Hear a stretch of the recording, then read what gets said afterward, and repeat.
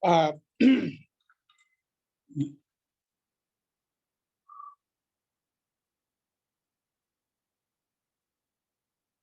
Baik, kita mulai ya.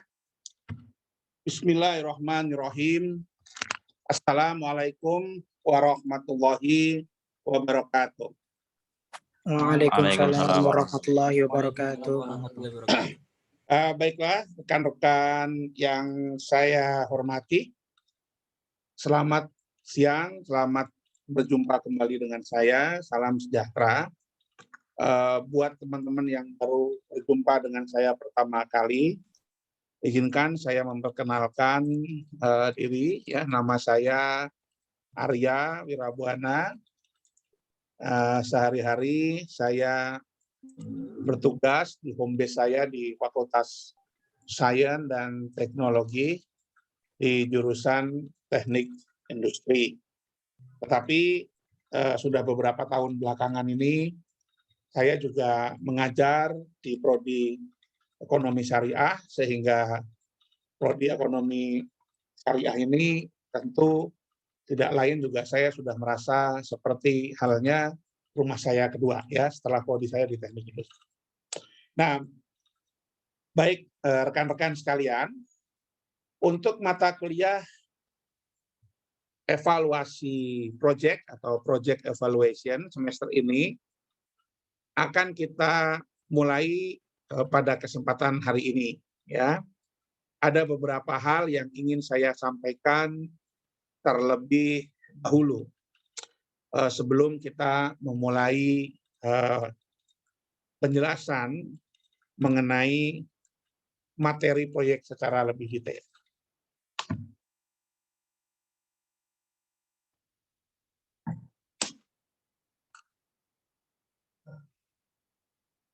Yang pertama,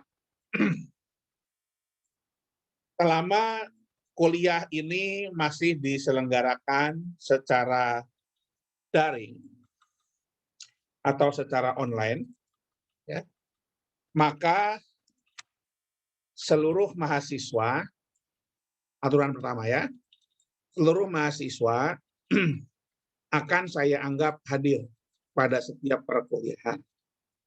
Mengapa?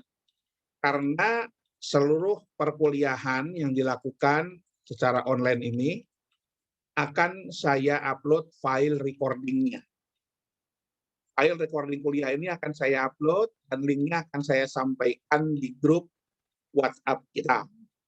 Sehingga asumsi saya, kalaupun Anda tidak bisa mengikuti pada jam kuliah itu, Anda bisa mengakses, ya, Anda bisa mengakses recording atau file video recording dari kuliah itu pada waktu kapan saja yang Anda bisa lakukan. Itu yang pertama.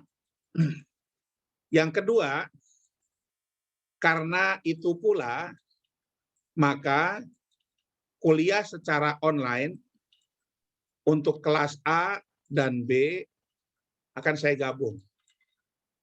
Karena sama saja, Anda juga kalau tidak bisa hadir, bisa mengakses file recordingnya pada jam-jam yang lain. Jadi pelaksanaannya akan saya gabung, kecuali untuk pelaksanaan tugas, kuis, dan presentasi, jadwal, dan lainnya harus mengikuti kelasnya masing-masing. Ya. Nah, selanjutnya, sistem penilaian. Sistem penilaiannya ada 4 kriteria. Yang pertama tentu adalah UTS, UAS, ya. Kemudian ada tugas individu dan tugas kelompok. Untuk UTS tentu hanya 1 kali, UAS tentu hanya 1 kali. Tugas kelompok itu mungkin ada sekitar 2 atau 3 kali, dan tugas individu mungkin 2 kali. Ya. Persentasenya kehadiran saya anggap 10%. Jadi kalau Anda saya anggap hadir semua, Anda sudah punya 10%. Lalu UTS 20%, UAS 20%, tugas kelompok 30%, dan tugas individu 20%. Ya. Jadi itu mekanisme penilaiannya. Untuk buku, acuan yang menjadi referensi, e-booknya sudah saya kirimkan melalui grup WhatsApp, silakan Anda cek. E-booknya sudah saya kirimkan di sana. Begitu juga slide presentasi materi kuliah setiap pertemuan sampai pertemuan ke-6 sudah saya kirimkan hari ini. Ya, panduannya dari buku Guide to Project Management Body of Knowledge atau PMBOK, edisi 5 tahun 2013. Ya.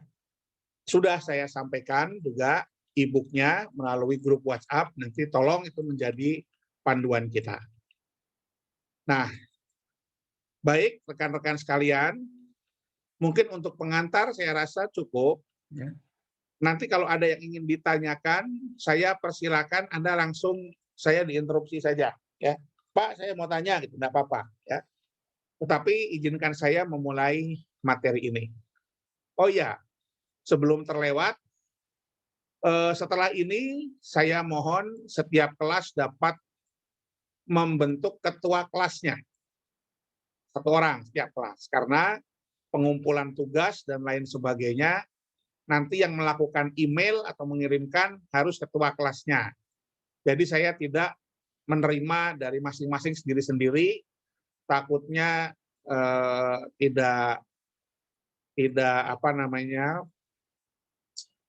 terkelola dengan baik. Jadi nanti yang mengirimkan adalah dari ketua kelasnya.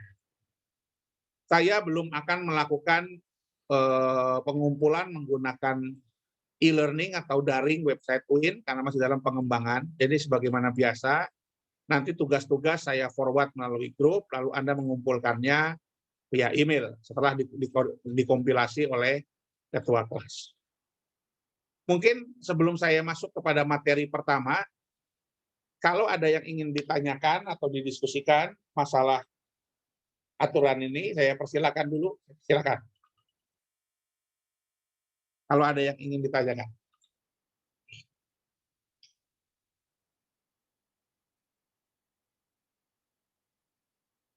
Dirasa cukup ya?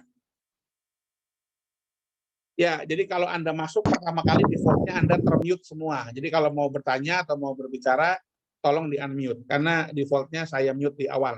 Tapi Anda bisa melakukan unmute sendiri. Oke. Baik, saya lanjutkan.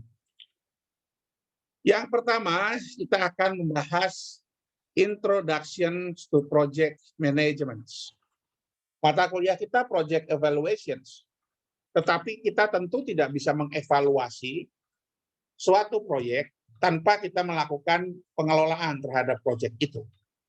Sehingga kita akan mulai bahwa evaluasi proyek ini juga merupakan suatu siklus dari mulai awal sampai akhir. Kita akan mulai dengan manajemen proyek. Sekarang, apa sih yang disebut dengan proyek itu? Kalau kita mendengar kata-kata proyek, apa yang terbesit dalam pikiran kita? Kegiatan, acara, seminar, bangunan, membangun sebuah gedung, jembatan, mendesain sebuah produk baru, melakukan pengenalan ke pasar produk-produk baru, atau juga merupakan proyek-proyek penelitian. Semua itu merupakan proyek. Bahkan ketika Anda ditunjuk misalnya untuk menjadi ketua panitia pernikahan kakak Anda, itu juga merupakan suatu proyek. Jadi pada intinya, proyek ini merupakan aktivitas-aktivitas yang unik, yang kompleks, dan terkoneksi, memiliki tujuan dan sasaran yang spesifik. Artinya apa unik itu? Bukan rutin. Jadi salah satu yang membedakan itu proyek atau bukan adalah apakah aktivitas ini unik atau rutin. Kalau unik, tidak tetap, tertentu, itu bisa dibilang merupakan salah satu karakteristik dari proyek. Tetapi kalau hal yang rutin, maka itu bukan proyek. Contohnya, Kalau di kampus, dosen masuk, kerja, pulang, administrasi, petugas TU masuk, mengetik menggunakan komputer, pulang, dekan atau wakil dekan mengatur masalah kegiatan di fakultas, mengatur anggaran, membagi tugas, itu bukan proyek, itu adalah kegiatan yang sifatnya rutin. Ya. Tetapi kemudian kalau misalnya ada suatu kegiatan seminar, itu proyek. Karena kegiatan seminar ini bukan sesuatu yang sifatnya rutin. Nah, kemudian kompleks. Kompleks kenapa kompleks? Karena melibatkan banyak aspek dan terkoneksi antara satu bagian dengan bagian yang lain. Kita tahu sebuah seminar atau sebuah pesta pernikahan melibatkan banyak aspek dari mulai masalah acara, susunan acara, petugasnya, terus masalah konsumsinya, tempatnya, kemudian juga seragamnya, pembicaranya, dan lain sebagainya. Begitu juga kalau kita melakukan pembangunan gedung. Kita butuh tempatnya, dananya, desain, tukangnya, alat-alat, material, peralatan, dan lain sebagainya. Jadi intinya, beberapa karakteristik sesuatu itu bisa disebut proyek atau bukan. Yang pertama adalah, apakah aktivitasnya unik atau tidak. Yang kedua, tujuannya unik atau rutin. Kalau proyek itu merupakan suatu temporary endeavor. Temporary itu sementara, endeavor itu suatu kegiatan atau tujuan. Jadi proyek itu sifatnya unik dan sementara. Sementara itu maknanya harus ada awal dan harus ada akhirnya. Tidak ada proyek yang tidak pernah selesai, namanya bukan proyek. Jadi proyek itu pasti harus ada tanggal mulai, ada tanggal selesai. Dan di mana proyek ini bukan kegiatan rutin, karena itu kegiatannya khusus, tujuannya khusus, biasanya ditambahkan juga dengan anggaran tertentu, bukan anggaran rutin, dan effort atau usaha kita untuk melaksanakannya juga biasanya dituntut untuk lebih besar dibandingkan kegiatan atau aktivitas-aktivitas yang biasa kita lakukan dalam aktivitas rutin.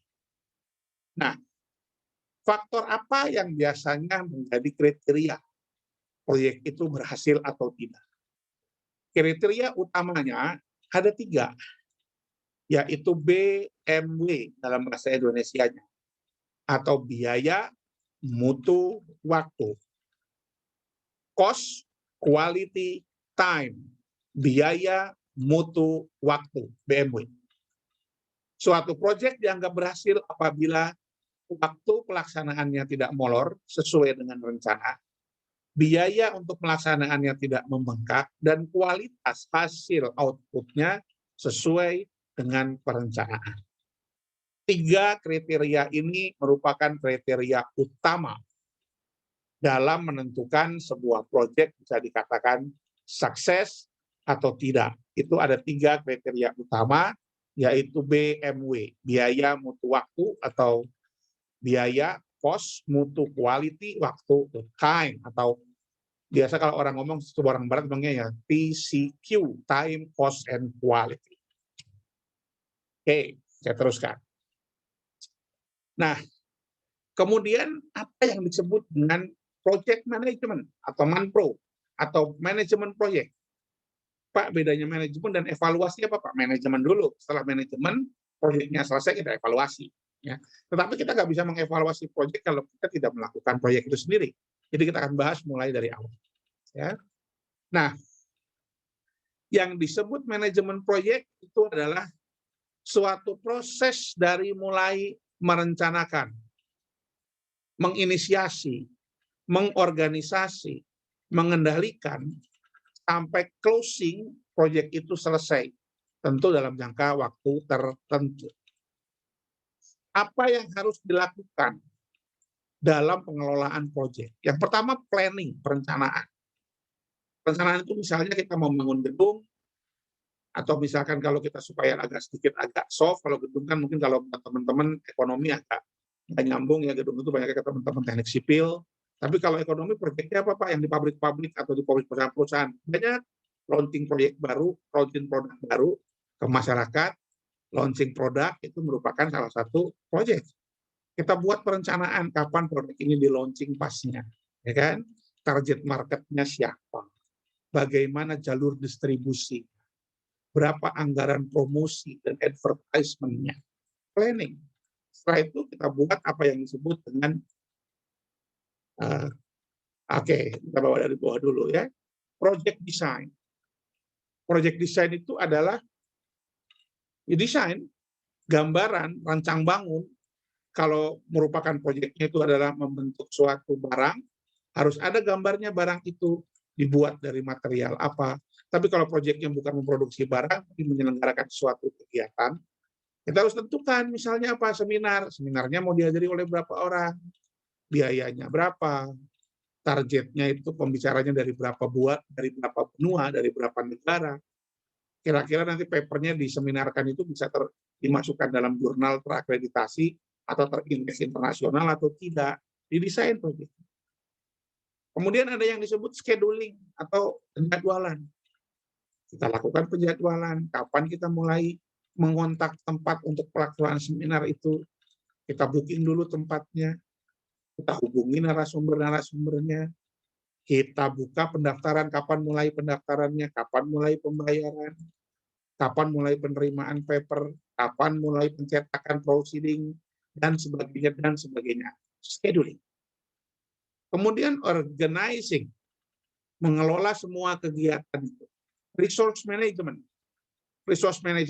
Dalam proyek, major resources-nya atau sumber daya utamanya itu adalah apa?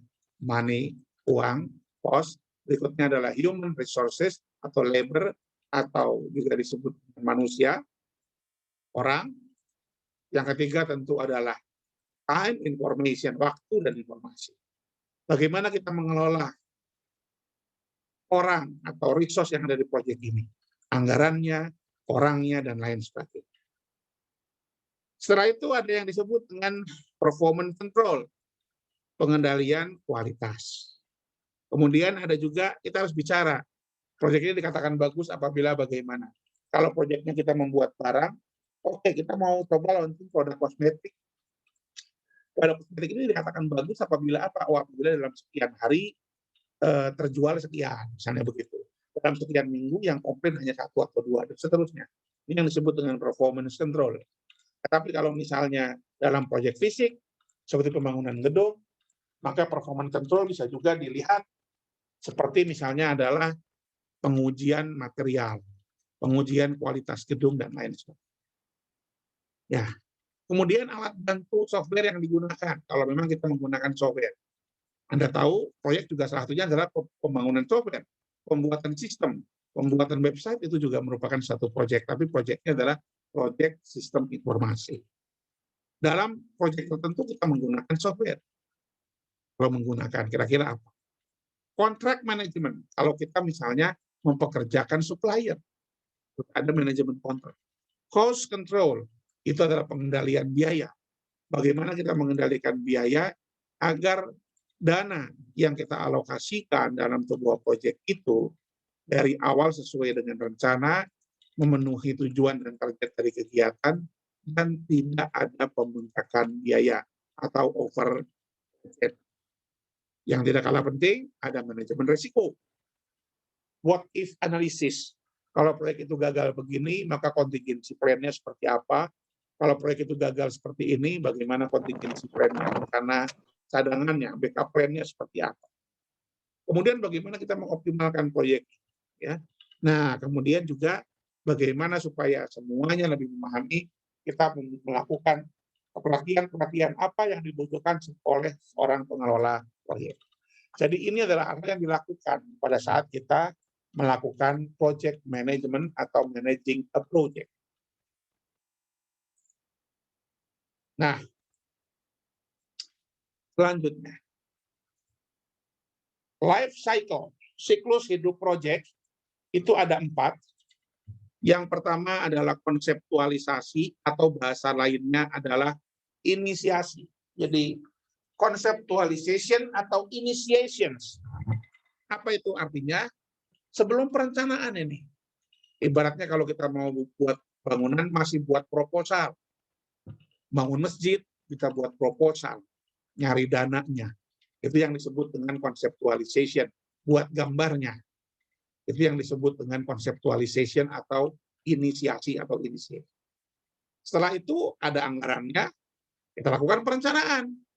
Kita buat gambar detail, mulainya kapan, jadwal, terus kemudian jumlah orangnya berapa yang terlibat, RAB-nya seperti apa anggarannya, kemudian mau diselesaikan berapa lama, dan lain sebagainya. Secara rinci, ini yang disebut dengan planning atau perencanaan. Setelah kita melakukan perencanaan itu, langkah-langkah selanjutnya itu adalah executions atau implementations. Ya, kita jalankan rencana dalam proyek ini sesuai dengan planning yang sudah kita lakukan. Nah, kita rencanakan, kita lakukan. Benar, kita mulai tanggal segini, orangnya udah siap belum, mesinnya udah siap, peralatannya, apanya, kita lakukan proyek ini. Udah siap semua, kalau pernikahan tadi, masalah tempatnya, konsumsi, panitia, terus naibnya, ceramah untuk ustadznya, kemudian acara hiburan, band-band, dan sebagainya. Udah siap semua, kita lakukan jalan. Setelah itu ada yang disebut closing atau termination. Setelah selesai proyek itu, kita harus meng-close pembubaran panitia, pembuatan laporan, dan lain sebagainya. Jadi intinya, siklus proyek itu bisa disebut sebagai konseptualisasi langkah pertama, atau inisiasi, kemudian perencanaan planning, kemudian implementasi atau eksekusi, dan termination atau closing. Jadi ada yang mengatakan conceptualization, planning, execution, termination. Ada yang mengatakan initiating, planning, implementing, dan closing. Itu sama. Oke. Biasanya sumber daya yang paling banyak dikeluarkan pada saat eksekusi. Pada saat konseptualisasi, inisiasi, fase-fase awal, baru ide-ide awal proyek ini, belum banyak biaya. Belum banyak biaya, belum banyak resource yang kita keluarkan. Pada saat fase planning mulai meningkat. Pada fase eksekusi atau implementasi, disinilah paling banyak kita membutuhkan dan menyedot resource dalam fase proyek ini. Kemudian waktu termination atau closing juga ada. Oke. Nah, di lain pihak, tadi kita bilang ini merupakan siklus proyek. Nah, sekarang kalau proyeknya itu merupakan sebuah proses penciptaan produk baru yang akan di-launching ke pasar. Jadi bagaimana sebenarnya siklus hidup produk itu yang akan di-launching ke pasar ini?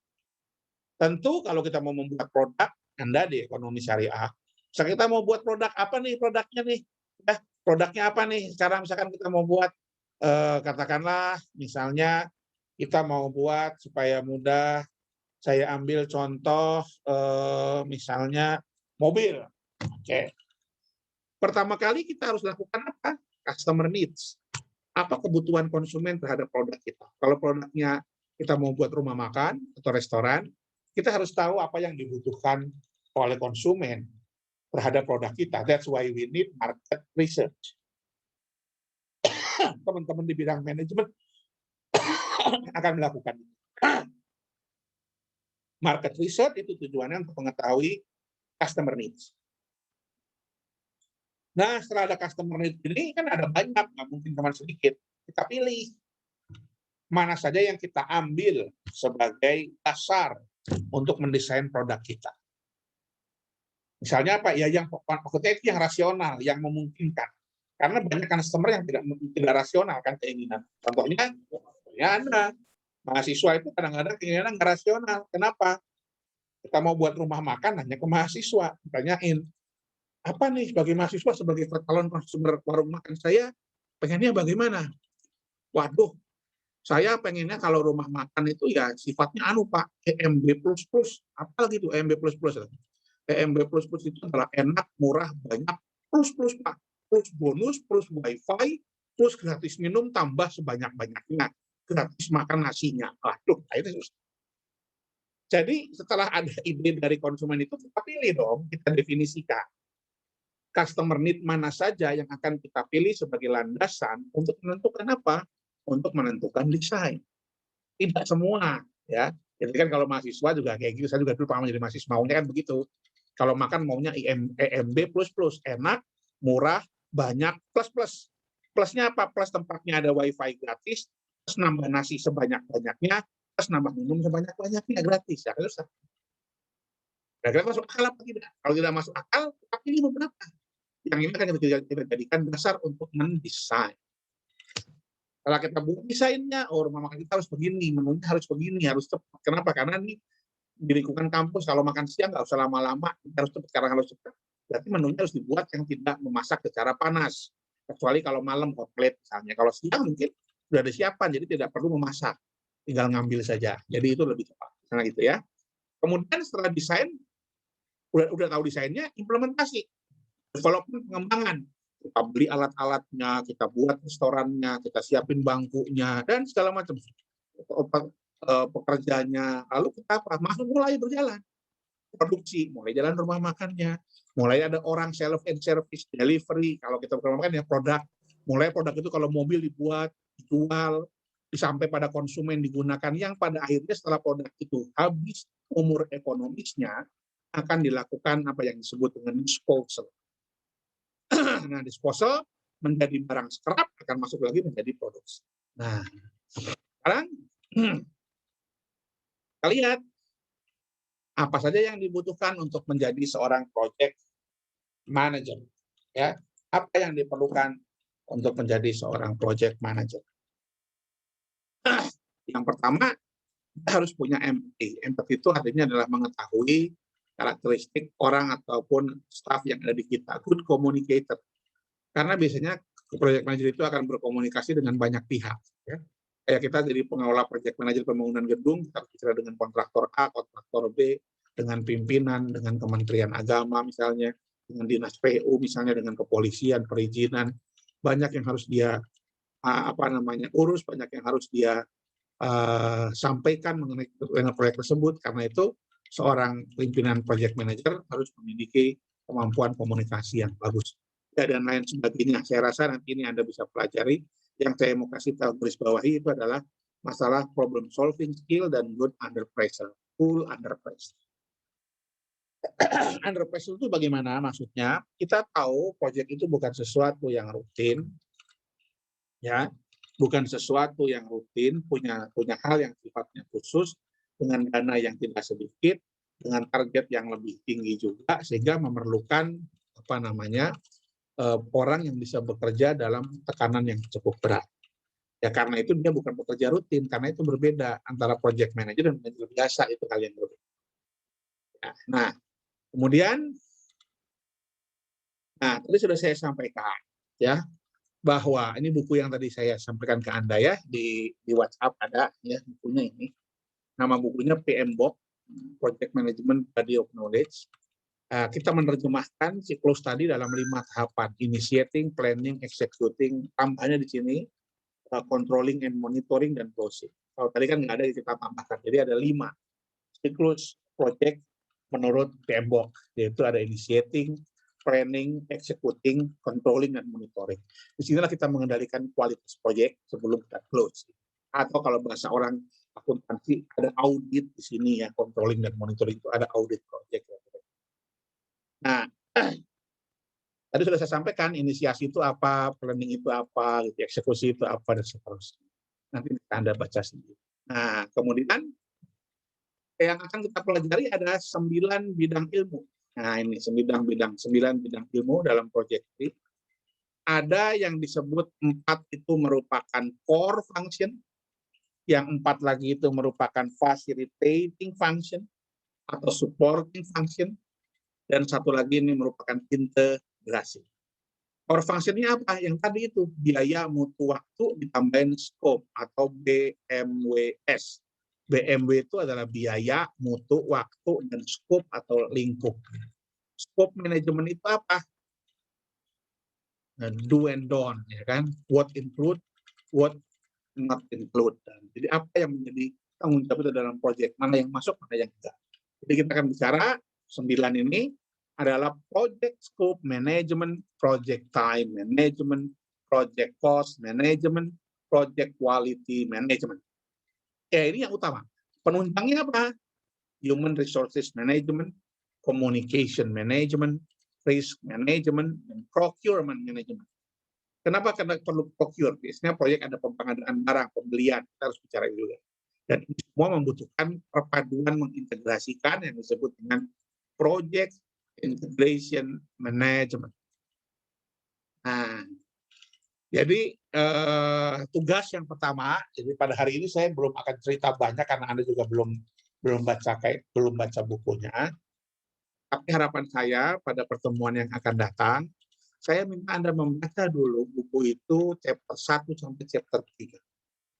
Ya, chapter 1 sampai chapter 3, kemudian kita akan diskusi dari slide yang ini dengan slide yang satunya lagi, yaitu adalah slide yang ini. Sebentar. Saya akan berikan. Nah, slide yang ini. Introduction to Project of Management Body of Knowledge. Buku diambil dari buku yang saya sampaikan tadi, ya. PM Box 5 edition tahun 2013.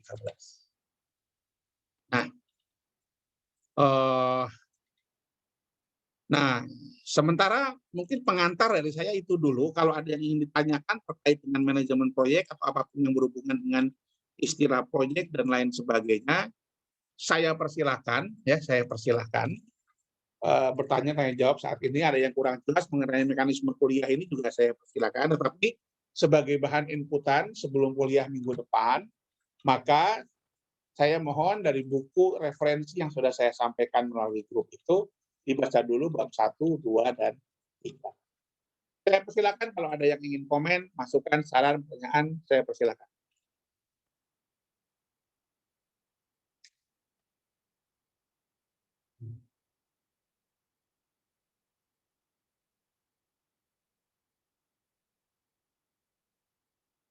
Nah, belum ada? Kalau mau menjawab, di-unmute ya, karena Anda masuk secara default-nya termute, tapi Anda bisa meng-unmute sendiri. Nah, kalau tidak ada, saya akan berikan tugas, selain tadi tugas membaca untuk chapter 1, 2, dan 3, untuk membuat kelompok. Ya, untuk membuat kelompok untuk tugas proyeknya. Ya, kelompoknya satu kelompok terbagi atas 5 orang. 5 orang, satu kelompok 5 orang. Silakan Anda membagi kelompok, minggu depan saat kuliah ketua kelasnya mengumpulkan ke saya. Untuk kelas A, kelompoknya siapa saja, nama dan NIM-nya. NIM-nya maksud saya. Dan tolong dipikirkan, akankah kita tetap tugas kelompoknya ini berbasis 5 × 5, atau ada tugas kelas, tugas besar. Biasanya sih kalau dulu nggak ada pandemi, kita buat acara di FEBI itu, tugas manajemen evaluasi proyek ini, buat acara seminar, buat acara buat acara bedah buku atau FGD, sehingga Anda mencoba melakukan pengelolaan kegiatan, tetapi pola pengelolaannya ala konsep manajemen proyek. Tugasnya setiap kelas satu, bukan per kelompok, per kelas. Nah, sekarang ini kan kuliahnya online selama 1 semester kemungkinan. Nah, dengan online ini silakan nanti Anda pikirkan dengan ketua kelas, apakah mau tetap menggunakan tugas itu. Kalau mau, nanti kita buat acaranya juga acara online, berarti seminar online, gitu misalnya. Nah, itu melatih kita juga. Ya, nanti silahkan Anda diskusikan, gitu ya. Tapi saya lebih suka kalau memang Anda siap, karena kakak-kakak Anda juga dulu melakukan hal tersebut, itu lebih baik. Artinya, kita akan ganti sebagian tugas kelompok dalam bentuk kegiatan tugas besar, tugas kelas, atau malah mungkin tugas individunya saya hilangkan dikasih tugas besar ini. Itu juga bisa opsinya. Jadi tolong didiskusikan dengan teman-teman. Minggu depan saya minta ada pilihan begini. Untuk tugas kelas mau ada apa enggak? Kalau mau ada, maka tugas individunya nggak ada, saya hilangkan. Jadi yang ada hanya tugas kelompok dengan tugas kelas. Begitu, tugas individunya tidak ada. Tugas kelasnya hanya satu, membuat acara atau event. Jadi konsep pengelolaannya menggunakan konsep pengelolaan manajemen proyek. Untuk pengantar materi, saya rasa itu dulu. Ada yang ingin disampaikan, saya persilakan.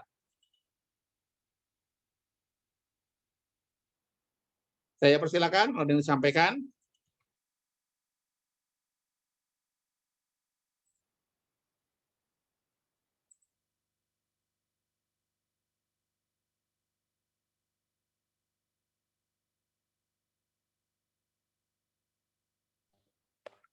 Maaf Pak, saya mau ingin bertanya Pak.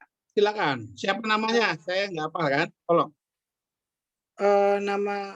Nama saya Fahri Aldani Pak, Ya, dari kelas A atau B? kelas A Pak. Ya, silakan Mas. Kan evaluasi proyek ini kan kita istilah katanya evaluasi proyek itu kan dari rentetan proyek sama setelahnya gitu kan Pak. Betul. Kalau misalnya kita melihat suatu proyek, tapi istilah katanya kita disuruh untuk evaluasi, tapi evaluasinya cuma apa yang terlihat karena kita bukan anggota di dalamnya, itu termasuk evaluasi atau sekedar cuma kritik dan saran jatuhnya. Kalau misalnya kita lihat seminar, kita bukan bagian anggota, tapi kita cuma mengevaluasi apa yang terjadi yang kita lihat aja. Itu termasuk evaluasi atau cuma kritik dan saran? Ya, Terima itu kasih, Pak. evaluasi. Karena kritik dan saran itu bagian dari evaluasi kan. Nah, cuman yang akan kita ajarkan, yang akan kita diskusikan dalam kuliah ini, Anda tidak akan bisa melakukan evaluasi proyek secara benar kalau Anda juga tidak tahu bagaimana caranya mengelola proyek itu, kan begitu. Makanya kita tidak langsung bicara evaluasi. Kita bicarakan dulu bagaimana merencanakan dan mengelola, nanti baru kita bicara cara melakukan evaluasi. Itu Mas kira-kira ya. Tapi kritik dan saran itu bagian dari evaluasi, betul. Itu bagian dari evaluasi. Siap, Pak. Terima kasih, Pak. Yang lain saya persilakan.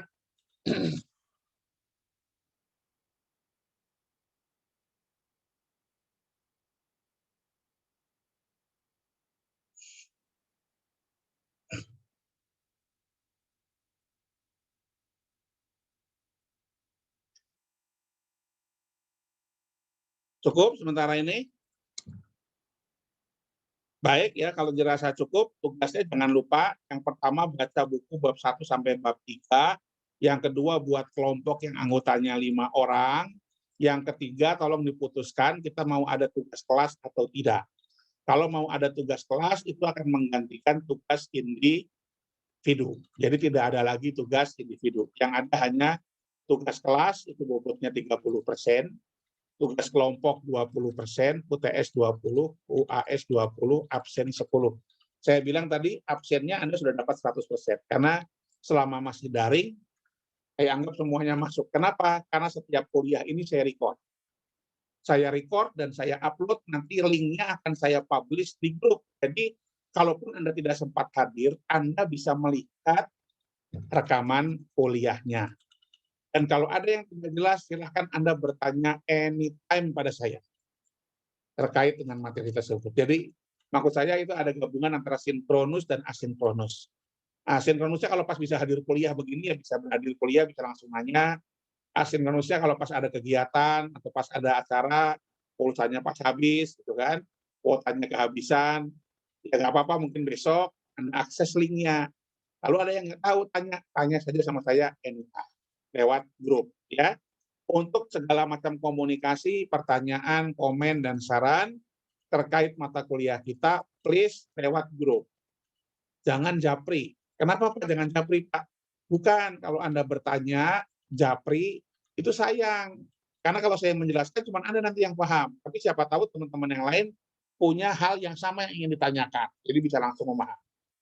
Tapi kecuali kalau memang konsultasinya masalah pribadi, ya silakan japri. Misalnya, Pak saya ada kasus proyek begini, tapi kalau masalah kuliah, masalah semua, silakan melalui grup.